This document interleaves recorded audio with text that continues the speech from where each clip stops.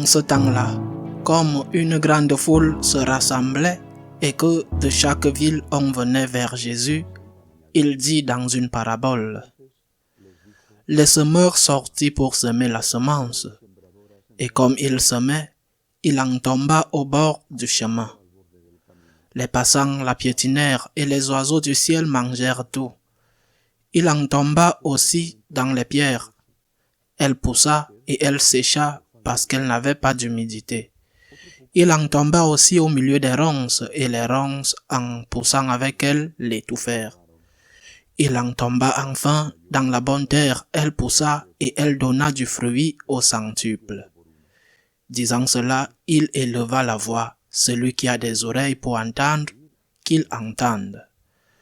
Ses disciples lui demandaient ce que signifiait cette parabole. Il leur déclara: À vous il est donné de connaître les mystères du royaume de Dieu, mais les autres n'ont que les paraboles. Ainsi, comme il est écrit, ils regardent sans regarder, ils entendent sans comprendre. Voici ce que signifie la parabole. La semence, c'est la parole de Dieu. Il y a ceux qui sont au bord du chemin. Ceux-là ont entendu, puis le diable survient et il enlève de leur cœur la parole, pour les empêcher de croire et d'être sauvés. Il y a ceux qui sont dans les pierres. Lorsqu'ils entendent, ils accueillent la parole avec joie, mais ils n'ont pas de racines.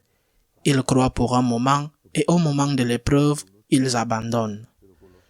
Ce qui est tombé dans les ronces, ce sont les gens qui ont entendu, mais qui sont étouffés, chemin faisant, par les soucis, la richesse et les plaisirs de la vie, et ne parviennent pas à maturité. Et ce qui est tombé dans la bonne terre, ce sont les gens qui ont entendu la parole dans un cœur bon et généreux, qui la retiennent et portent du fruit par leur persévérance. Acclamons la parole de Dieu.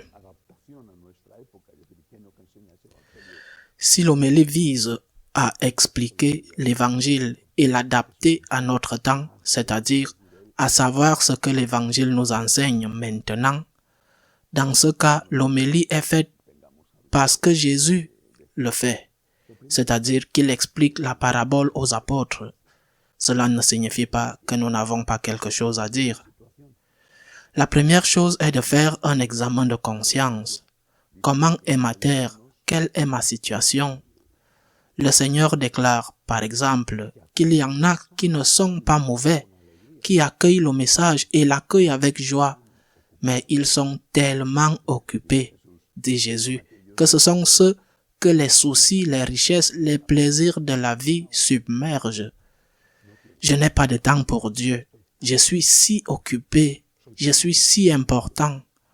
Vous ne savez pas à quel point je suis important, disent-ils aux gens, d'une manière ou d'une autre, avec des gestes ou des mots. Ils sont très importants. Le monde dépend d'eux et ils n'ont pas le temps de prier ou, bien sûr, le temps de mettre la prière en pratique parce que cela signifierait des sacrifices. Cela signifierait des aumônes. Cela signifierait ne pas faire certaines affaires qui ne devraient pas être faites. Et ceux qui n'étaient pas mauvais, ceux-là, finissent néanmoins par laisser mourir cet appel que le Seigneur leur a lancé. Puis il y a ceux, dit Jésus, qui n'ont pas de racines, les inconstants. C'est également très fréquent. Les inconstants, ceux qui n'ont pas de racines, qui croient pour un moment, mais qui échouent au moment de l'épreuve, sont ceux qui se laissent emporter par le sentimentalisme. Ils ont des moments de ferveur, d'enthousiasme, liés à un événement. Par exemple, ils ont fait une retraite, des exercices spirituels, ou ils traversent simplement une période de plus grande spiritualité et ils sont enthousiastes. Mais ensuite, au fil du temps, petit à petit, cela s'estompe. Je l'ai vu de nombreuses fois, en Espagne du moins. Nous appelons cela l'effet soufflé. Le soufflé est un aliment généralement sucré qui grandit beaucoup dans le four, beaucoup. Il est très spongieux à l'intérieur. Il grandit beaucoup, il est spectaculaire, mais Si vous ne le mangez pas tout de suite, après peu de temps, le soufflet retombe et se réduit à rien. Cet effet soufflé est ce dont parle Jésus. Il est très fréquent. Cela arrive bien souvent avec les jeunes, l'enthousiasme, mais cela arrive aussi avec les adultes. Oui, tu te remplis de feu, d'enthousiasme, mais après, tu n'es pas seulement incapable de supporter les problèmes de la vie, mais tu n'es pas capable de supporter la routine quotidienne. Bien sûr, cela ne se passe pas seulement avec Dieu notre Seigneur, la spiritualité, mais cela se passe aussi, par exemple, avec les relations humaines. Ils sont pleins d'enthousiasme, ils se dévorent des baisers et autres choses. Et au bout d'un moment, parfois même pas très longtemps, ils se disent cette chose très récurrente, « Chérie, je ne ressens plus rien pour toi, tu restes ici. » Ou, de manière plus hypocrite, « Tu mérites quelqu'un de mieux que moi, je pars avec quelqu'un d'autre. » L'effet soufflé. L'effet de la graine qui est tombée sur un sol, qui était un sol avec des pierres ou avec des ronces, et cela continue à se produire. C'est pourquoi nous devons analyser notre situation. Sommes-nous des inconstants? Nous ne sommes pas capables de persévérer, même si nous ne ressentons rien, même si le sentiment que nous avons ressenti à ce moment-là serait comparable à la cour dans notre relation avec Dieu, à notre coup de foudre, lorsque le Seigneur nous portait dans ses bras, lorsque nous n'avions pas à faire d'efforts. Nous voulions prier, nous voulions être avec le Christ, donner notre vie pour lui. Où est passé tout cela quand les années, je ne parle pas d'années, je ne dis pas que des années sont passées, mais des mois ou même des semaines. Analysons cela. Ou au contraire, nous sommes tellement occupés, tellement importants, tellement remplis de choses, tellement fatigués, tellement en demande de compensation, que nous n'avons pas le temps de nous consacrer à Dieu. Analysons cela. Puis une dernière chose dont Jésus ne parle pas, mais que nous pouvons commenter. Le Seigneur donne l'exemple de la terre. Une terre qui, à titre d'exemple, vaut bien. Le Seigneur donne cet exemple. Une terre qui n'est pas coupable. Une terre qui est passive. Quelle est la faute de la terre si elle a des pierres?